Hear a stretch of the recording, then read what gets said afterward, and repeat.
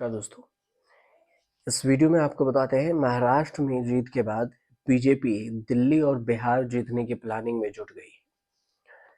महाराष्ट्र में जो plan set था वही प्लान बीजेपी ने अब दिल्ली और बिहार के लिए बनाया है, क्योंकि दिल्ली और बिहार दोनों में 2025 में चुनाव है। पहले दिल्ली में फरवरी में और फिर अक्टूबर नवंबर 2025 के करीब में बिहार में। नेताओं की बैठक की जा रही है, रणनीति तय की जा रही है और दिल्ली में बीजेपी ने अपना नारा भी तय कर रखा है कि अब नहीं सहेंगे, बदल के रहेंगे। ये नारा लगाए है।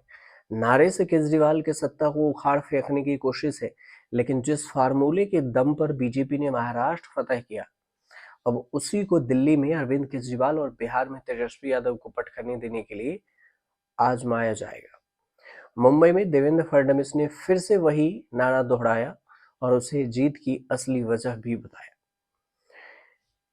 एक इंटरव्यू के दौरान देवेंद्र फडणवीस से जब पूछा गया कि महाराष्ट्र चुनाव में किस वजह से उनकी इतनी बड़ी जीत मिली, तो देवेंद्र फडणवीस ने वही नारा दोहराया। महाराष्ट्र में मुख्यमंत्री ने कहा कि लाड़की बहन योजना और पीएम मोदी का संदेश एक है तो सेफ है ने हमारे लिए जादू की तरह काम किया। कुछ दिनों पहले ही फडणवीस ने कहा था कि महाराष्ट्र में विभाजन की राजनीति चल रही थी। इस नारे की वजह से लोगों ने उन्हें नकार दिया। इससे लोगों को भरोसा मिला कि अगर साथ रहेंगे तभी सुरक्षित रहेंगे। बीजेपी इस नारे को खूब उछाल रही है और दिल्ली में भी उसका जो उनके नेता है वो खूब चर्चा भी कर रहे हैं। महाराष्ट्र में कैसे जादू का काम किया ये भी समझिए कि महाराष्ट्र की राजनीति में जानकार ये मानते हैं कि प्रधानमंत्री के इस नारे ने महाराष्ट्र चुनाव की दिशा ही बदल दी और दो तरह के वोटर एकजुट हुए। बीजेपी के नेतृत्व में महायुति को बम्पर फायदा भी मिला। सबसे पहला कि लोग जगह जगह पर ये कहते सुने गए कि अगर मुस्लिम एकजुट हो सकते हैं तो हिंदू क्यों नहीं।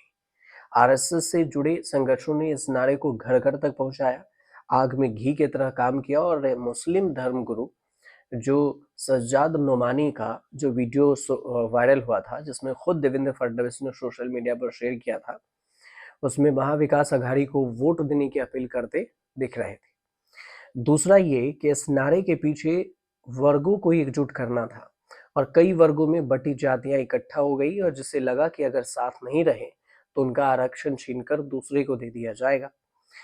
मराठा आरक्षण की अगर बात हुई तो फिर मराठा आरक्षण का जिसमें काफी मददगार रहा। इसने पिछड़े और दलित वर्गों को साथ लाने में भी मदद की और यहीं से पूरा खेल पलट गया। दिल्ली और बिहार में कैसा होगा खेल ये भी समझ लीजिए। और राजनीति के जानकारों का कहना है और कुछ एक्सपर्ट जो हैं वो मानते हैं कि बिहार में जातीय राजनीति चरम पर होती है और बीजेपी जानती है कि अगर हिंदू वोटर जातियों में बटे तो उनके लिए मुश्किल हो सकती है।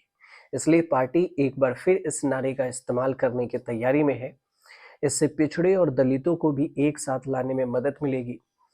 दिल्ली में बीजेपी का वोट शेयर काफी समय से ठहरा हुआ है। बीजेपी इस नारे के बदौलत केजरीवाल के वोटर को अगर साथ लाने की कोशिश की और अगर केजरीवाल के वोटर बीजेपी के साथ आ गए तो फिर बीजेपी जीत से पीछे नहीं रह सकती। बस फर्क ये होगा कि बिहार में आपको जातियों का एक करना होगा। जाति के जितने भी हैं उसे दो चीजों में ना बटे, जैसे एमवाई फैक्टर था कि मुस्लिम यादव फैक्टर बिहार के लिए। दिल्ली में कुछ ऐसा ही है, क्योंकि अब फ्री बीज का मामला कुछ अच्छा रहा नहीं, क्योंकि फ्री बीज हर कोई दे रही है। पहले सिर्फ केजरीवाल थे, लेकिन अब फ्री बीज की बात है कि फ्री सुविधाएं वो बीजेपी भी कई राज्यों में ऐलान कर चुकी है। जैसे मध्य प्रदेश हो, राजस्थान हो, महाराष्ट्र हो, यहाँ भी फ्री की बात कर चुकी है। तो दिल्ली में भी प्लानिंग यही सेट है कि हम ऐसे ऐसे प्लान करेंगे। लेकिन इस नारे का कितना असर होता है ये भी आने वाला वक्त बताएगा। फिलहाल थोड़ा इंतजार कीजिए, दिल्ली की सत्ता के लिए 3 महीने में ही पता चल जाएगा कि क्या कुछ होने वाला है। अगर आपको जानकारी सही लगे तो चैनल को सब्सक्राइब कीजिएगा, शेयर कीजिएगा और कमेंट कीजिएगा।